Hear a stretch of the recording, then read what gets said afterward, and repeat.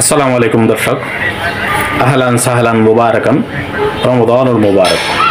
দর্শক, চলছে রমজান মাস। প্রতিদিন রমজান মাসে রোজা রেখে 5 ওয়াক্ত নামাজ পড়ে প্রতিদিন একটু একটু অন্ততপক্ষে কোরআন তেলাওয়াত করার জন্য চেষ্টা করুন।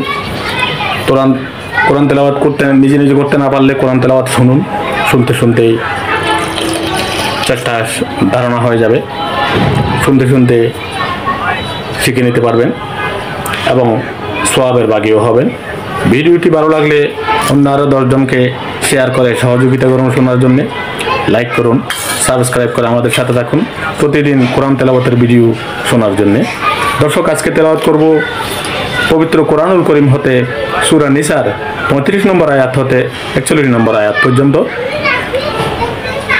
সূরা নিসার 5ম পারার অংশ থেকে আমরা আজকে তেলাওয়াত করব। আসুন তেলাওয়াত শুনি। পবিত্র কোরআন শরীফ তেলাওয়াত শুনুন এবং শিখুন চ্যানেলে আপনাদেরকে স্বাগতম। আস্তাগফিরুল্লাহ রাব্বি মিন কুল্লি যামবিন ওয়া আতুবু ইলাইহি লা হাওলা ওয়া লা কুওয়াতা ইল্লা বিল্লাহিল আলিয়্যিল আযীম। আউযু বিল্লাহি মিনাশ শাইতানির রাজীম। বিসমিল্লাহির রহমানির রহিম। وإن خفتم شقاق بينهما فابعثوا حكما من أهله وحكما من أهلها إن يريدا إصلاحا يوفق الله بينهما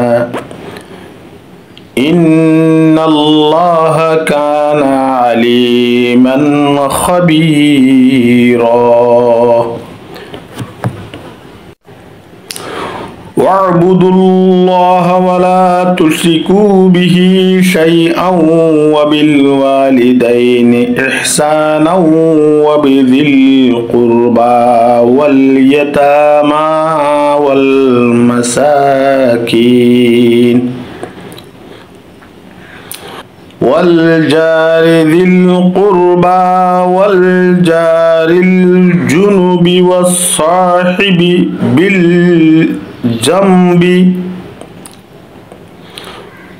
بالجنب وابن السبيل وما ملكت أيمانكم إن الله لا يحب من كان مختالا فخور. الذين يبخلون ويأمرون الناس بالبخل ويكتمون ما آتاهم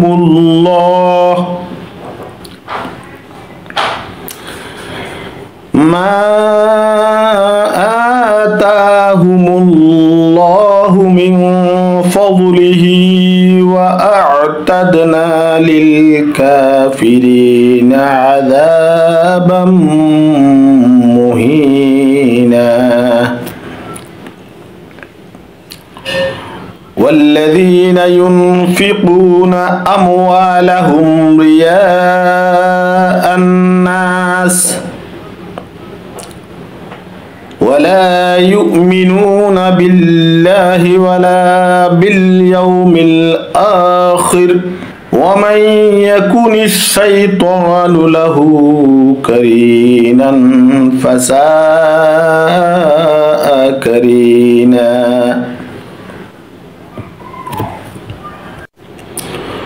وماذا عليهم لو آمنوا بالله واليوم الآخر